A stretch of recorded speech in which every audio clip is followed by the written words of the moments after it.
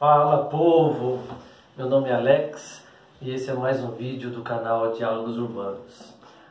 Bom, hoje a gente vai falar sobre a crise do coronavírus e os efeitos sobre a economia e sobre a sociedade e o que a gente pode fazer para superar essa crise que tanto nos incomoda atualmente, quais são as políticas econômicas que a gente pode fazer, como que os governos podem nos auxiliar e, em geral, olhando para o mundo, que o mundo tem feito, tentando compreender isso na esfera global e na esfera nacional, tá?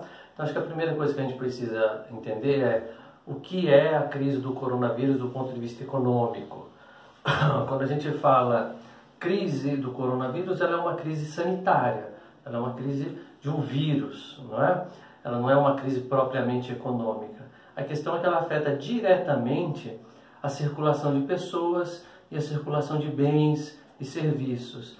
Isso impacta diretamente na economia.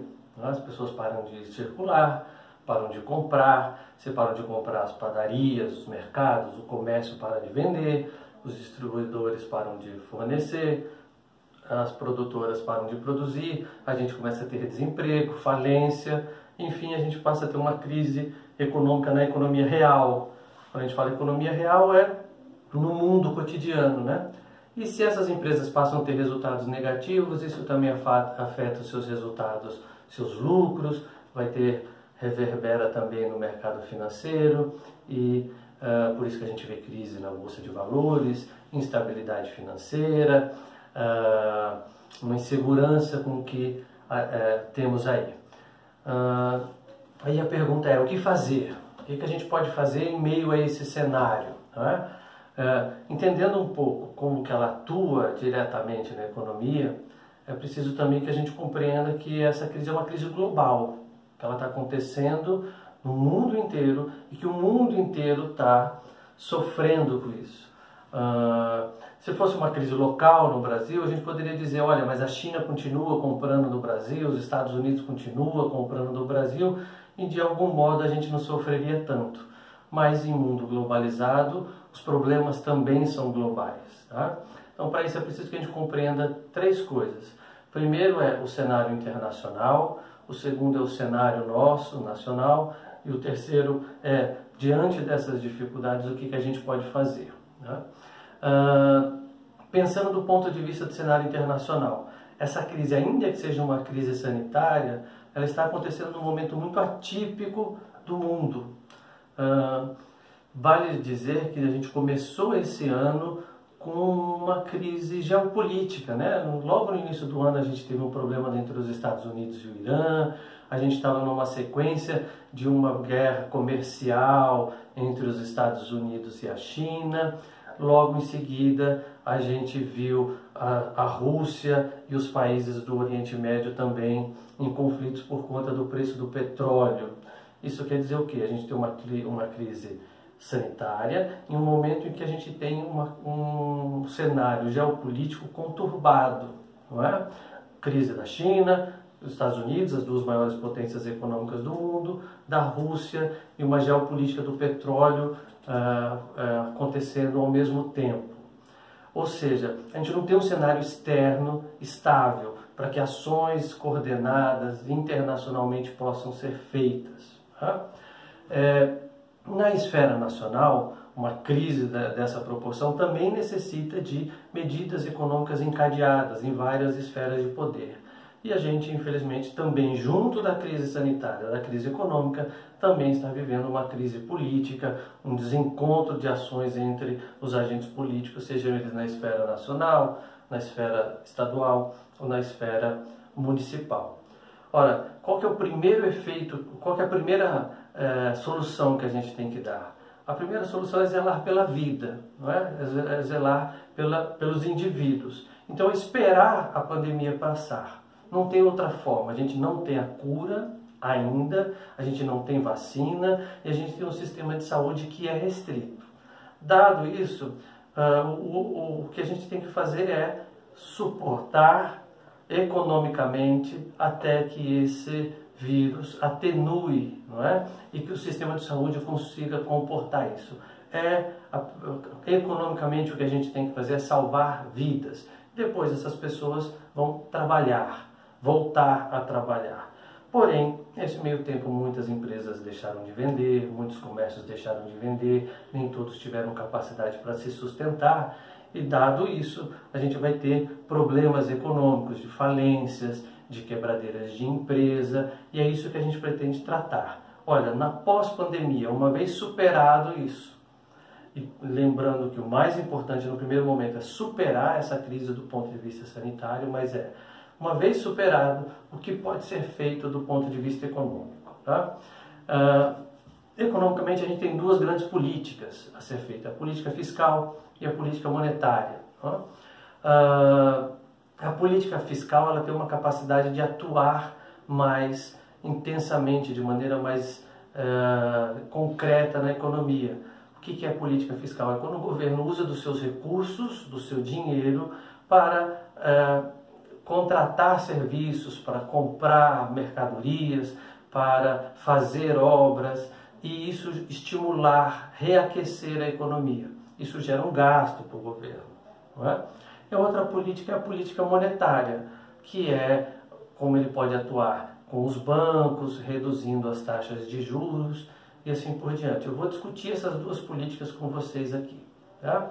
Do ponto de vista da política monetária, a gente tem uma coisa curiosa, que a gente já tem a menor taxa de juros no Brasil dos últimos anos, de tal modo que reduzir essa taxa de juros, ainda que seja possível, mas ela é muito pequena.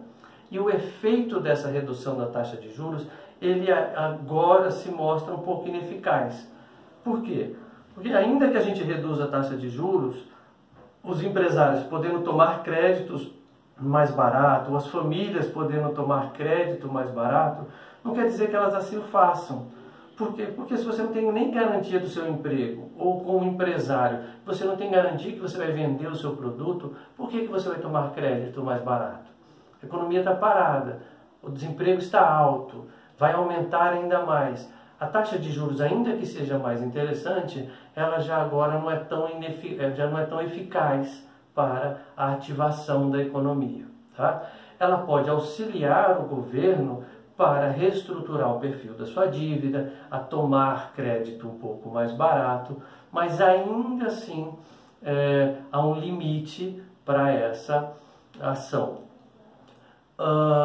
Uma outra forma da gente pensar olha, o mercado pode atuar aqui, as empresas privadas podem atuar, mas se coloquem no lugar dos empresários, vendo o desemprego alto, vendo a informalidade alta, a renda vai cair muito, as empresas não estão vendendo, os estoques estão altos.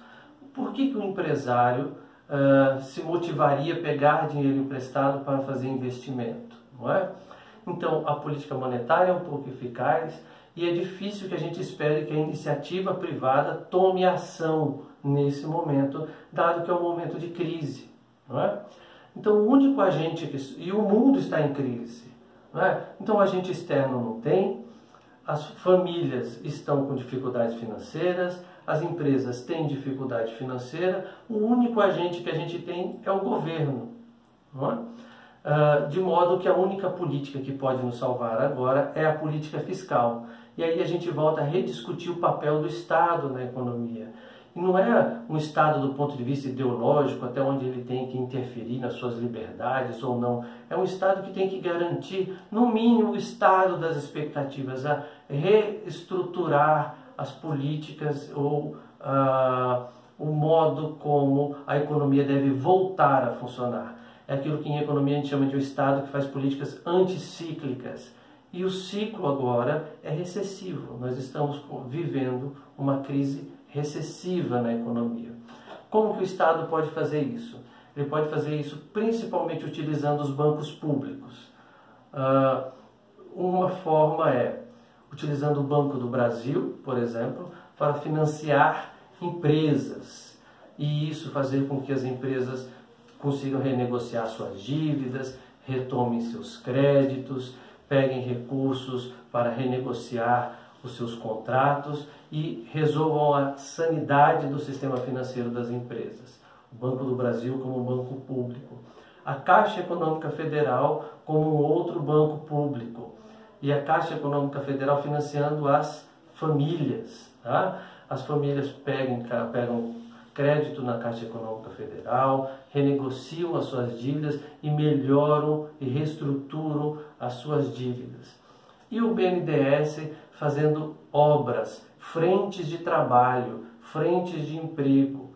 Por que frentes de emprego? Porque aí os trabalhadores que vão trabalhar na construção de uma estrada, de um hospital, de obras que já estão licitadas, de obras que já estão aprovadas, cujo o parecer do Ministério do Meio Ambiente já foi aprovado, do Ministério do Desenvolvimento já foi aprovado.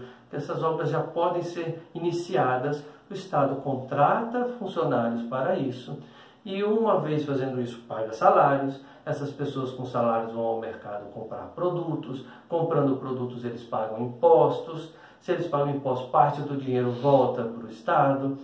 O mercado vende, se o mercado vende, ele mantém o emprego daquela pessoa, ele recolhe impostos também, ele tem a sua margem de lucro, de tal modo que a atividade econômica continua funcionando.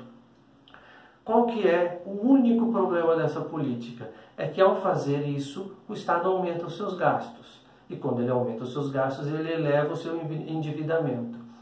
Mas a dúvida aqui é qual? Ou é não fazer nada e a economia seguir em uma recessão contínua, dado que as famílias estão endividadas, as empresas estão endividadas e não há motivação ou condição delas retomarem o crédito, ou é simplesmente não fazer nada e a economia ir para uma recessão constante.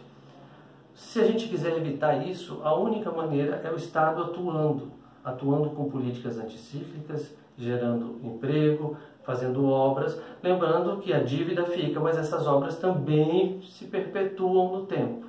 Tá? E aí a gente vai ter, a dívida é para gerações futuras, mas a gente terá gerações futuras para pagar essa dívida. Tá? Recentemente a gente tem recebido um debate que é muito importante de se colocar, que é o último ponto que eu vou tratar aqui, que é o seguinte: o Estado pode, ao invés de se endividar, ele próprio, como o detentor do monopólio da moeda, emitir moeda para financiar sua dívida. Veja, aí sim, ele não estaria se endividando para gerações futuras, ele estaria criando dinheiro novo. E ao criar dinheiro novo, ele financia obras, financiando obras gera emprego, emprego gera consumo, gera demanda, gera arrecadação de impostos, que gera receita para o Estado. Ora, mas então por que o Estado não emite moeda? Porque, em geral, dentro da teoria econômica convencional, a gente sempre afirma o seguinte: mais moeda gera mais inflação. E esse é o paradigma que a gente precisa discutir agora. Nós vivemos uma situação excepcional. Momentos excepcionais exigem medidas excepcionais. Eu preciso entender por que mais moeda gera mais inflação. Se eu tenho 10 produtos e 10 unidades monetárias, cada produto vale uma unidade monetária. Se eu aumentar a quantidade de moeda para a mesma quantidade de produto, os preços dos produtos sobem. Mas porque a demanda aumentou. O que a gente está vivendo agora é o contrário. É uma série de produtos estocados, é as empresas com capacidade ociosa, isso é, com capacidade de produzir ainda muito mais, e sem demanda para o seu produto. De tal modo que inflação a gente não tem, a gente tem recessão, desemprego alto, e o cenário sobre a inflação praticamente não existe. Se tem desemprego, as pessoas não estão consumindo, isso não eleva os preços. Se tem estoque, as empresas têm muito produto para vender, se aumenta a oferta, o preço cai. As empresas têm capacidade de produzir muito mais, isso quer dizer que elas não sofrem pressão sobre os preços pelo lado da demanda. Tudo bem? Aumentar a quantidade de moeda agora, ela não faria com que a demanda aumentasse. Ao contrário, ela reduziria a queda da demanda, ela diminuiria a recessão. Ela não está aqui para estimular a economia, ela está para fazer com que a queda não seja da mesma proporção. Então, uma política monetária expansionista nesse momento, aliada à política fiscal, geraria emprego, geraria renda e faria com que a economia crescesse sem muitos perigos inflacionários nesse primeiro período. Por fim, e aqui eu fecho o raciocínio, é importante que até que a gente resolva esse assunto, medidas de urgência, de emergência sejam feitas. E aí volta-se a um tema de tamanha importância para a gente, que é discutir a renda mínima, né, básica de cidadania. Esse é um tema que nós também iremos discutir aqui nesse canal, nos vídeos seguintes. Para isso, caso você tenha interesse em continuar seguindo os conteúdos que a gente disponibiliza aqui, e se gostou desse vídeo, por favor, curta ele aqui, compartilhe com os amigos. Essa é uma discussão introdutória, mas que a gente pretende continuar dialogando com vocês. Tudo bem? Sigamos!